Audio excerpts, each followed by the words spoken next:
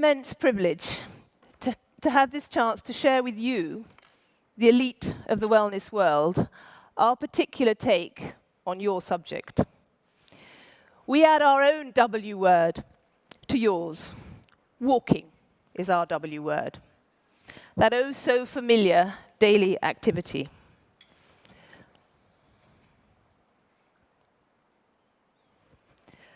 The sun-kissed tenderness of Van Gogh's painting reminds us all of the intensity of the emotions and joy that accompany a baby's first steps. But thereafter, walking fast becomes something mechanical. For most of us, the wonder goes out of walking, and we do it less and less. And yet, yesterday, an illustrious group of medical professionals showed us with unequivocal research and result-based the potentially life-changing impact that regular, moderate exercise can have on health, healing, and well-being.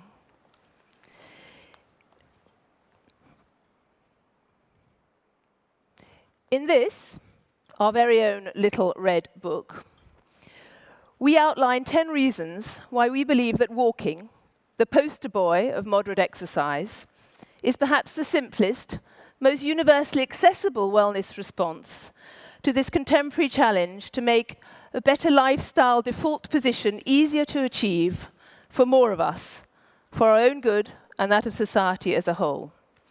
This version's in French, printed. The e-book version in English will, or is, round the metaphorical corner. There's been some slight technical hitches, so it's not quite ready, unfortunately, to zap on Amazon yet, but it won't be long, and if any of you are interested, we'd be delighted to send you that link in due course. Kenneth Pelletier eloquently described walking as a gift that goes on giving. Let's not turn our backs on that generosity. One of our 10 reasons, walking is good for our body. The effects are equally beneficial for men and women, plus the really good news is that it's never too late to start, and every little helps. Although benefits increase exponentially with the pace and length of a walk, it is equally true that walking for as little as an aggregate of 30 minutes a day will yield tangible results in terms of improved circulation, blood pressure, blood sugar levels, bone density, pulmonary efficiency, weight and appetite control, and even erectile dysfunction. The Mayo Clinic says every step we take is a step towards better health. So what's stopping us? It's okay for them, I can hear you say. They live in Chamonix. They've got the mountains at their doorstep.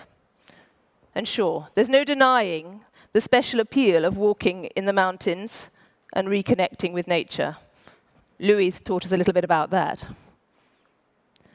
But that said, in the absence of mountains, as Andrew has just pointed out, stairs will do. And they're everywhere. But you'll usually have to look quite hard for them. Quick question. Has anybody found the stairs in this elegant old lady of a hotel? Yes. Well done. We did, but that's a game we play.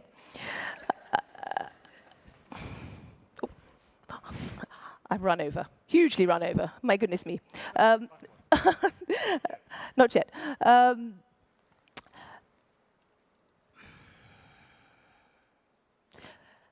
But the benefit of taking the stairs goes beyond merely physical. When you opt to walk, you move from the passive to the active. You take back ownership of your time. In the context of an overcrowded line for the elevator or a busy airport escalator, walking very often replaces waiting, with all the calming effects that go with that swap. But the positive effect walking has on our brains well exceeds the simply soothing.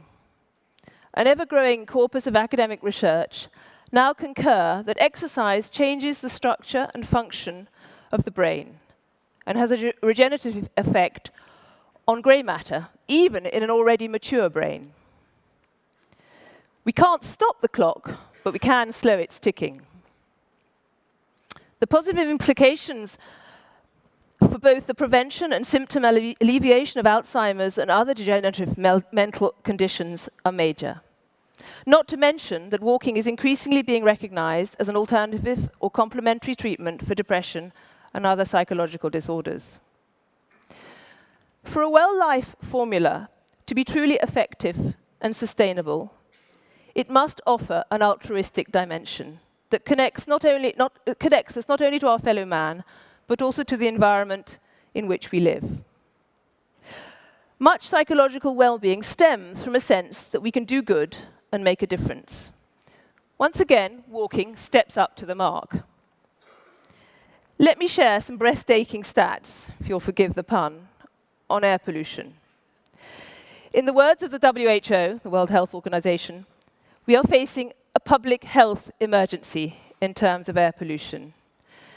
90% of us are breathing air that fails to meet the WHO's own health safety standards. According to the World Bank, indoor and outdoor air pollution cost the global economy in 2013 $225 billion in lost labor income. The villain of this piece is undoubtedly our ongoing, in the case of the Western world, and nascent for Asia, love affair with our cars. 40% of all car trips made in most cities around the world are less than 2 miles long. We could walk them in half an hour, doing ourselves good, while at the same time improving our environment. For even shorter journeys of a mile or less, walking would actually be faster, once finding parking and congestion are taken into consideration. For anyone who needs further convincing, short journeys are, on a per-mile basis, also the dirtiest. While a decision to take a 4-mile walking trip keeps out about 15 pounds of pollutants from the air we breathe. This is the power of one side of the story, where each of us can make a difference. But when we consider that by 2050, probably 66% of the world's population will live in urban areas, there is an urgent imperative that if our cities are going to be livable at all, they must be made more walkable. This will require very creative thinking and sound strategic decision-making on the part of policymakers and city planners. Walking is great for enhancing both those skills. And Thierry will now share with us some strategic thoughts and ideas that popped up last time he was walking. Thank you very much indeed. Thank you. Good morning. I'm going to expand what Marianne just said by offering you one further reason to go for a walk, which is perhaps less known than the others. Walking is very good for decision making. When we walk, we make much better decisions. And there is ample evidence in the literature, in medicine, in psychology, in neuroscience, that when you walk, you make better personal decisions, but also investment strategic decisions. So with this in mind, we walk the talk, and this is my office in Chamonix. We take people outside, and you very soon realize that it's perfectly possible and even beneficial to organize investment committees, board meetings, strategic retreats by just doing this, by walking. That's an example of a recent walk with a client. And you can also do this by climbing, by ski touring. There are ample opportunities. And it's not something original. We are in very, very good company, in fact. In the book, we document many recent examples. Obama, for example, when he was president of the United States, instituted the practice of walking meetings within the gardens of the White House. In a similar vein, walking meetings are becoming a craze in the Silicon Valley. And it raises a very interesting observation. It seems like the more digital the world becomes, the greater the appetite for engaging in outside activities such as walking and in also reconnecting with nature. And in the book, we have a chapter of about 6-7 pages devoted to this, and the many examples of startups as well as mammoth companies in the Silicon Valley like Facebook, Amazon, Apple, who are now making it a common practice to engage in walking meetings. Steve Jobs, when he was alive, Mark Zuckerberg today, always walk when they have an important decision to make, either with clients or with senior colleagues. If you look at the new headquarters of Apple in Cupertino, it was designed specifically so that employees could walk within the ellipse whenever they feel like it. So it's becoming an important trend which I believe will gain more traction in the years to come, because it's not by being in the dark in a room, in an office, that you have an atmosphere conducive to better decisions. Susie also asked me to expand the horizon of the book by submitting new wellness ideas. New ideas are very hard to come up with. I mean, all good ideas are second-hand ideas, Mark Twain used to say. And I was going to say a few things that Andrew just said before. So let me rephrase this and offer you 3 ideas. Not new ideas for most of you, but maybe ideas that will prompt you to reconsider some of the assumptions you make regarding the wellness space. The first idea has to do with the Chinese peaceful wellness invasion.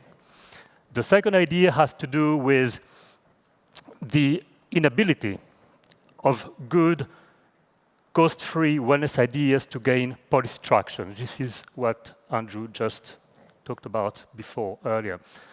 And the third idea has to do with the current disconnect that exists between workplace culture and wellness culture in places like the United States. So China.